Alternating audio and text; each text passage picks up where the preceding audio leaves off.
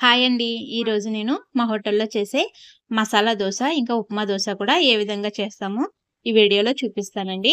చాలామంది కొత్తగా హోటల్ పెట్టుకుంటున్నాము. ఒకసారి దోస గురించి వివరంగా చెప్పమని కామెంట్‌లో అయితే అడుగుతున్నారండి. వారి కోసమని ఈ వీడియో చేస్తున్నాను. చూడండి, నేను చెప్పిన విధంగా వేసుకుంటే దోస చూడండి మంచి కలర్ వస్తుంది. ఇంకా క్రిస్పీగా కూడా ఉంటుందండి. టేస్ట్ కూడా చాలా బావుంటుంది. దీనికోసం నేను ఒక గిన్నె మినపప్పుకి 4 గిన్నెల వరకు బియ్యం తీసుకుంటానండి. రేషన్ బియ్యమే వేసుకుంటాను. రేషన్ బియ్యం కాకుండా మీరు సన్న బియ్యం వేసుకుంటే గనక దోస కలర్ అనేది ఎక్కువొచ్చేస్తుందండి. అది వేయగానే మాడిపోయినట్టు అయిపోతది. అందుకని రేషన్ బియ్యం వేసుకుంటేనే దోసలు కలర్ అనేది సమానంగా ఉంటుందండి. ఇలాగా ఒక గిన్నె మినపప్పుకి 4 గిన్నెల వరకు రేషన్ బియ్యం వేసుకుని 4 గంటల సేపైనా సరే నానబెట్టుకుంటానండి. 4 గంటల తర్వాత దాన్ని శుభ్రంగా కడిగేసుకొని ఇలాగ గ్రైండర్‌లో వేసుకొని మెత్తగా రుబ్బుకోవాలండి. అది మనం మొరుమురుగా బరకగా రుబ్బుకున్నామంటే గనక దోస అంతా క్రిస్పీగా అనిపించదండి మనకి. తినేటప్పుడు అక్కడ పలుకులనేవి ఉండిపోతాయి అక్కడక్కడని. తర్వాత దీంట్లో రుచికి తగ్గ సాల్టు, ఇంకా ఒక గ్లాస్ వరకు చూడండి, ఒక గ్లాస్ వరకు చక్కెర వేసుకుంటున్నాను. చక్కెర వేసుకోవడం వల్ల కలర్ అనేది మంచి కలర్ వస్తుందండి. చూడడానికి చాలా బావుంటుంది. చూడండి, ఈ విధంగా మెత్తగా రుబ్బేసుకున్నాను కదా! దీన్ని ఒక గిన్నెలోకి తీసేసుకుంటాను. నేను క్వాంటిటీ కొంచెం ఎక్కువ వేసుకున్నానండి. అందుకని 2 వాయిల కింద రుబ్బుకుంటాను. మాది 3 లీటర్ల గ్రైండర్ అండి. ఒకటే వాయికి వేసానంటే మొత్తం అంతా కూడా సరిగ్గా నలగదు. గ్రైండర్ పట్టేసినట్టు ఉంటది. అందుకని 2 వాయిల కింద కొంచెం కొంచెం వేసుకొని రుబ్బుకున్నాను. ఫస్ట్ అయితే ఒక వాయ అయితే తీసేసుకున్నానండి. తర్వాత ఇంకో వాయ గ్రైండర్‌లో నలుగుతుంది. అదే విధంగా దీంట్లో కూడా రుచికి తగ్గ సాల్టు, ఇంకా ఒక గ్లాస్ వరకు చక్కెర కూడా వేసుకున్నానండి. వేసుకొని దీన్ని మెత్తగా అయ్యేలాగా రుబ్బుకోవాలి. ఇది నైటే రుబ్బేసి పెట్టుకోవాలండి. నైట్ రుబ్బేసి పెట్టుకుంటే పొద్దుటికి కొంచెం పులుసు ఉంటుంది కాబట్టి టేస్ట్ అనేది చాలా బావుంటుందండి. కలర్ కూడా మంచి కలర్ వస్తుంది.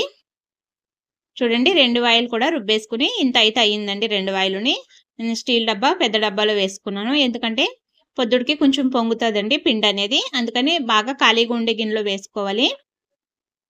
ఇంకా దీంట్లో ఇంకేం కలపలేదండి. చక్కెర వేశాను. ఇంకా సాల్ట్ వేసుకున్నానంతే. మీరు కావాలనుకుంటే ఉదయము ఈ పిండంతా మీకు కొచ్చావదు అనుకుంటే గనక మీకు ఎగస్ట్రా ఉండే పిండిని ఒక గిన్నెలోకి తీసేసుకొని దాంట్లో మీరు సాల్టు, ఇంకా చక్కెర వేసుకొని పెట్టుకోండి. చూడండి, ఈ విధంగా వేసేసుకొని మూత అయితే పెట్టేసుకుంటున్నాను. మాకు పిండంతా కూడా ఒక రోజులోనే అయిపోతుందండి. సరిపడగా అయితే రుబ్బుకున్నానండి. దీన్ని మూత పెట్టేసుకొని నైట్ అంతా ఇలా ఉంచేసుకుంటాను. తర్వాత రోజు మార్నింగ్ అండి, చూడండి, పిండి నేను రుబ్బిన దానికన్నా కొంచెం పైకొచ్చిందండి. ఇప్పుడు వర్షాకాలం కదా! వాతావరణం చల్లగా ఉంటుంది కాబట్టి ఎక్కువ పొంగదండి పిండనేది. అదే మీరు ఎండాకాలంలో అయితే పిండి ఎక్కువ పొంగుతది. కామెంట్‌లో అడుగుతున్నారండి. మేము పిండి రుబ్బుకున్నాక తర్వాత రోజు మార్నింగ్‌కి పిండి పొంగుతలేదు, ఏం చేయాలి? దానికి ఏమైనా టిప్స్ చెప్పమంటున్నారు. పిండి పొంగకపోయినా దోసలు చాలా బాగా వస్తాయండి. చూడండి, నెక్స్ట్ డే మార్నింగు దీంట్లో ఈ పిండిలో నేను 2 గుప్పిళ్ళ శనగపిండి, 2 గుప్పిళ్ళ మైదా పిండి వేసుకోవాలండి. ఇడ్లీ పిండి ఉంటే గనక కొంచెం ఇడ్లీ పిండి కూడా వేసుకొని దాన్ని ఉండలు లేకుండా కలిపి పక్కన పెట్టుకోవాలి. ఇది మసాలా అండి. ఆలు మసాలా దోస పైన వేస్తాం కదా! దీనికోసం కొద్దిగా ఆనియన్స్ అండి, 2 ఉల్లిపాయలు బాగా ఫ్రై చేసుకొని, తర్వాత దాంట్లో అల్లం పేస్టు, పసుపు వేసుకొని ఫ్రై చేసుకున్న తర్వాత ఈ ఆలుగడ్డలు వేసుకొని కలిపేసుకుంటే సరిపోతదండి. కారం గాని, మసాలా గాని ఏమి వేయవలసిన అవసరం లేదు. అలాగే దీంట్లోకి ఉప్మా చేస్తాం కదా! ఆ ఉప్మా కూడా ఎలా చేయాలో చూపిస్తున్నాను. గిన్నె పెట్టుకొని దాంట్లో కొంచెం ఆయిల్ వేసుకొని, ఆయిల్ వేడైన తర్వాత తాలింపులు వేసుకోవాలండి. తాలింపులు వేసుకొని, ఈ తాలింపులు కొంచెం ఫ్రై అయిన తర్వాత దీంట్లో కొద్దిగా కరివేపాకు కూడా వేసుకోవాలి. దోస పైన వేసుకునే ఉప్మాలోకి ఉల్లిపాయలు గాని, టమాటా గాని ఏమీ అవసరం లేదండి. ఖాళీ ఇలాగా తాలింపులు వేసుకొని వాటర్ ఎక్కువ వేసుకొని లూజ్‌గా చేసుకోవాలండి. తాలింపులు ఫ్రై అయ్యాక దీంట్లో వాటర్ వేసుకోవాలి. నేను 2 లీటర్ల వరకు నీళ్లు వేస్తానండి. 2 లీటర్ల నీళ్ళకి ఉప్మా చేస్తాను నేను. ఎందుకంటే మసాలా ఉంటది, ఇంకా ఉప్మా కూడా ఉంటదండి. ఇంకా కొన్నైతే ఎగ్ దోసలు వెళ్తాయి, ఆనియన్ దోస కూడా వెళ్తది కాబట్టి తక్కువ క్వాంటిటీలో చేసుకున్నా గానీ సరిపోతదండి. నీళ్లు వేసేసుకొని తర్వాత దీంట్లోకి కొద్దిగా పసుపు వేసుకోవాలి. ఎందుకంటే కలరు బావుంటదండి. పసుపు వేసుకుంటే మనకి ఉప్మా యెల్లో కలర్‌లో కనబడుతుంది. తర్వాత దీంట్లోకి సాల్ట్ కూడా వేసుకోవాలండి. సాల్ట్ తక్కువగానే వేసుకోవాలి. ఎందుకంటే మసాలాలో ఉప్మా ఉంటుంది. ఇంకా దోస పిండిలో కూడా ఉప్పు అనేది ఉంటుంది కాబట్టి ఈ ఉప్మాలో సాల్ట్ తక్కువ వేసుకుంటే సరిపోతుంది. తర్వాత దీన్ని ఒకసారి కలిపేసుకొని దీన్ని మూతపెట్టి మరిగించుకోవాలండి. ఈ వాటర్ మరిగే వరకు కూడా దీన్ని మూతపెట్టి మరిగించుకోవాలి. స్టవ్ పెద్దదైతే తొందరగానే అయిపోతుందండి. చిన్న స్టవ్ అయితే గనక ఇది మరగడానికి కొంచెం టైం అయితే పడుతుంది. నాది పెద్ద స్టవ్వే కాబట్టి తొందరగానే అయిపోతుందండి. చూడండి ఈ విధంగా మరుగుతున్నాయి కదా! తర్వాత దీంట్లో రవ్వ వేసుకోవాలి. 2 లీటర్ల నీళ్ళకి నేను 1/2 కిలో వరకు రవ్వ వేసుకుంటానండి. ఉప్మా రవ్వ ఎక్కువ అవసరం ఉండదు. కొంచెం వేసుకుంటే సరిపోతుందండి. ఇది లూజ్‌గానే ఉండాలి. ఎందుకంటే ఉప్మా మనము పొద్దుట స్టార్ట్ చేస్తే 12 వరకు వేస్తూనే ఉంటాం కదా! అప్పటికి గట్టిపడిపోకుండా ఉంటుందండి. ఇలా లూజ్‌గా చేసుకున్నామంటే గనక దోస పైన రుద్దడానికి కూడా ఈజీగా ఉంటదండి. గట్టిగా అయిపోయిందంటే గనక గడ్డలాగా ఉండిపోయి దోస మొత్తం కూడా రుద్దడానికి ఉండదు. అందుకని ఈ విధంగా లూజ్‌గానే ఉండాలండి ఉప్మా ఎప్పుడు కూడాని. నేను కొత్తగా టిఫిన్ సెంటర్ స్టార్ట్ చేసే వాళ్ళ కోసం చెప్తున్నాను కాబట్టి ఇవన్నీ కూడా వివరంగా చెప్తున్నానండి. ఈ లూజ్ ఉంటే సరిపోతది. రవ్వ వేసుకున్నాక 1 నిమిషం పాటు ఉడకనిచ్చి స్టవ్ ఆఫ్ చేసుకుంటే సరిపోతుందండి. ఇలా ఉంది కదా! మనము దోస ఏసే టైంకి కొంచెం గట్టి పడతదండి. దగ్గర పడతది. చూడండి గిన్నె ఉంది కదా! దీనితోటైతే వేసుకున్నానండి నేను రవ్వ. 1.5 వేసుకున్నాను.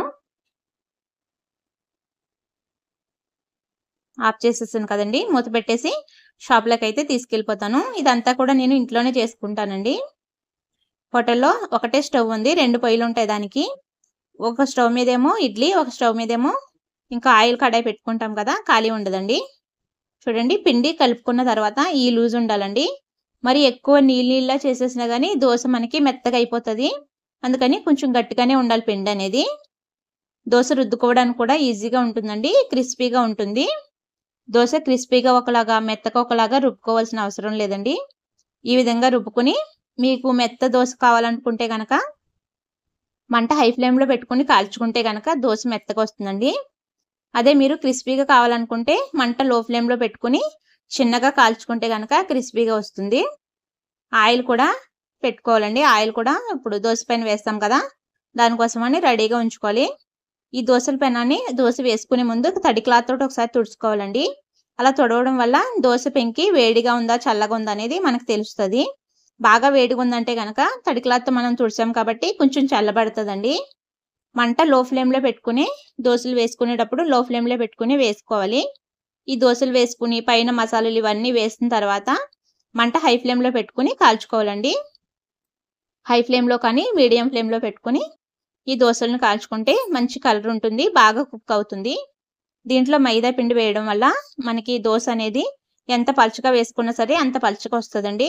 ఎక్కడ విరిగిపోకుండా దోస అనేది పెనంకి కూడా అంటుకుపోకుండా బాగా వస్తది. ఇంకా కొత్తగా దోసల పెనం కొనుక్కున్నప్పుడు దోసలనేవి అంత బాగా రావండి. అతుక్కుపోయినట్టు వస్తాయి.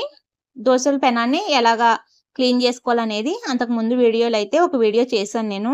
ఒకవేళ మీకు ఎవరికైనా అవసరం అనుకుంటే గనక కామెంట్ సెక్షన్‌లో కామెంట్ చేయండి. లింక్ అనేది షేర్ చేస్తానండి. ఆ వీడియో లింక్ అనేది. ఎందుకంటే మాకు కూడా స్టార్టింగ్‌లో వచ్చేది కాదండి.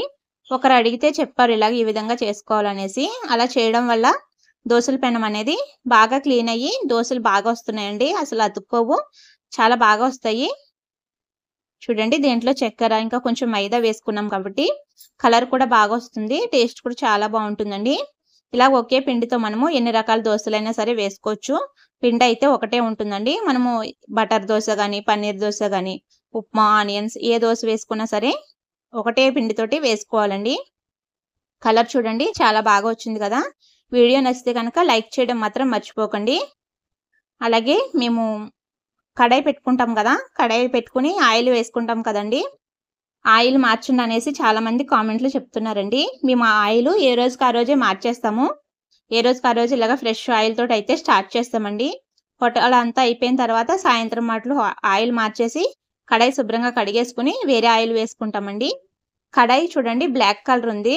ఆ కలర్ ఉండడం వల్ల మేము వేసిన ఆయిలు మీకు కనపడడం బ్లాక్‌గా కనపడుతుందండి. అంతేగాని ఫ్రెష్ ఆయిల్ కాకుండా ఏమి ఉండదండి. ఏ రోజుకి ఆ రోజే మార్చేసి ఫ్రెష్‌గా అయితే వేసుకుంటామండి. చాలామంది కామెంట్‌లో అడుగుతున్నారు ఆయిల్ మార్చమని. కడాయి బ్లాక్ కలర్ అండి. అందుకే ఇలా ఉంటుంది.